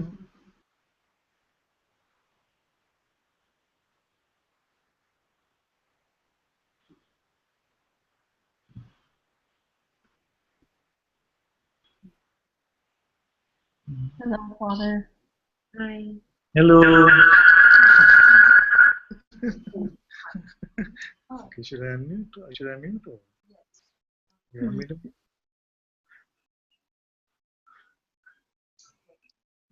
Maybe.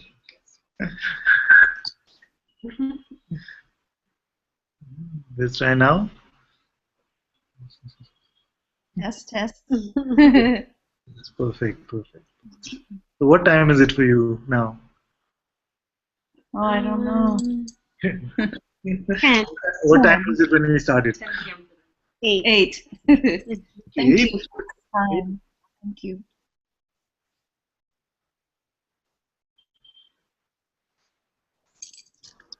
So, what's the feeling? We should do Wednesdays at this time? Yes. Big yes. Very much. Thank you. Also, Shanti is here. I see that she's able to join because of this. That's good. So, we'll do Wednesday. Prabha, where are you from?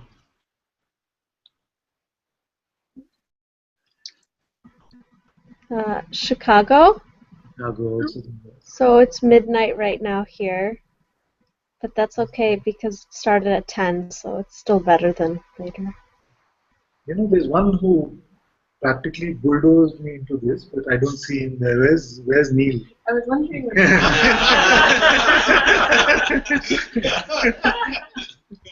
He was very, very strong. America, you're just ignoring America. We're there. What do you want us to do? Should we move? He said, okay. One day we'll do. I don't see him.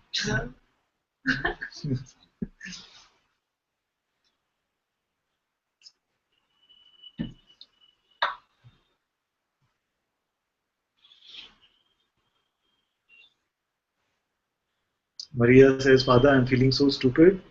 It seems all the ideas are noise. I'm losing all the interest in understanding.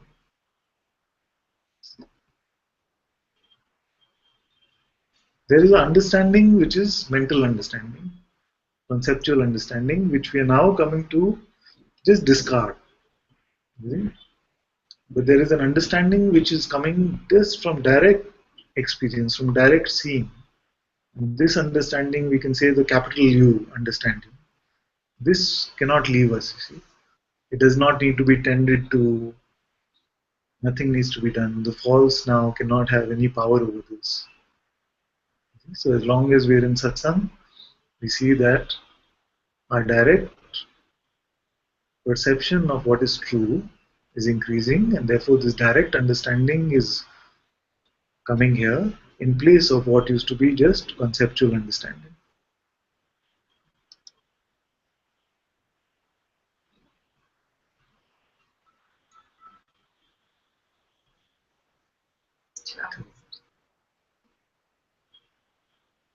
Also, Ishwari just left, but I'm presuming this time works better for her as well.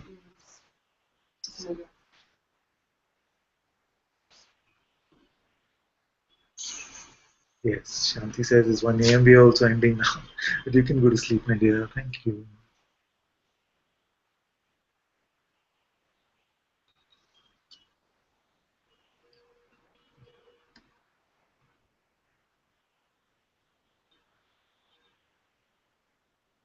Shall we have a song before we close?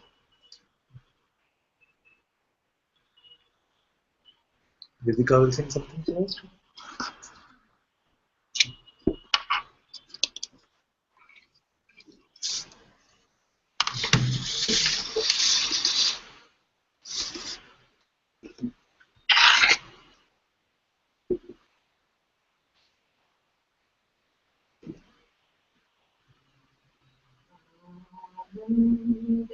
Ramana Arunachala Shivesha Namo Sahaja Karuna Namo Swaprakasha Ananda Ramana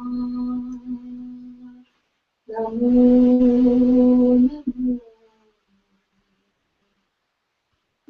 Namo Hridaya Teja Namo Yogi Raja Namo Sadaya Sindho Namo Dinabandhu Ananda Ramana Arunachala Shivesha Namo Sahaja Karuna Namo Swaprakasha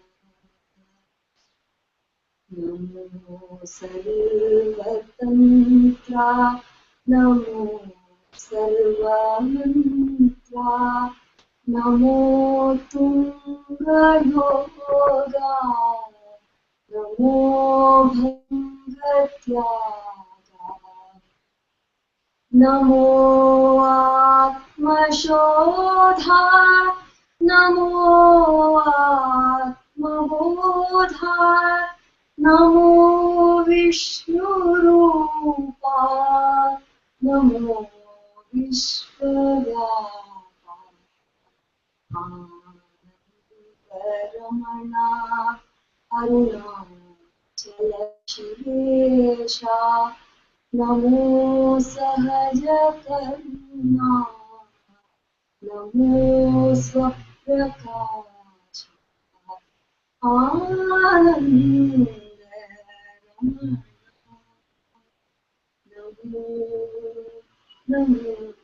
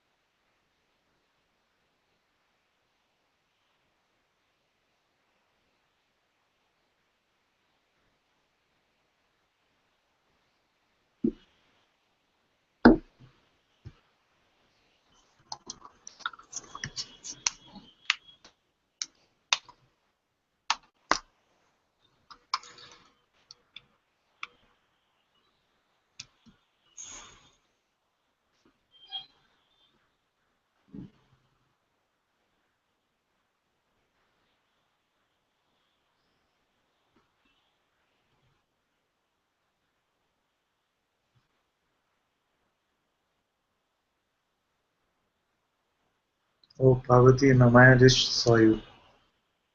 Yes. She came yesterday.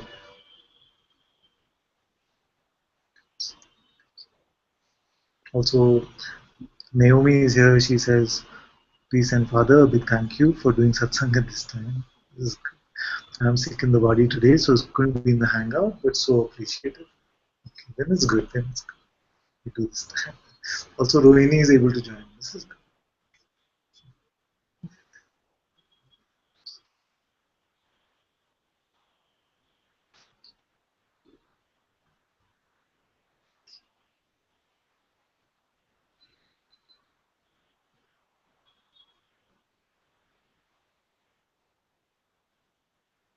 Thank you also very much for joining satsang today. Satguru Shri Moji Ji ki Jai. Shri Ananta Ji ki Jai.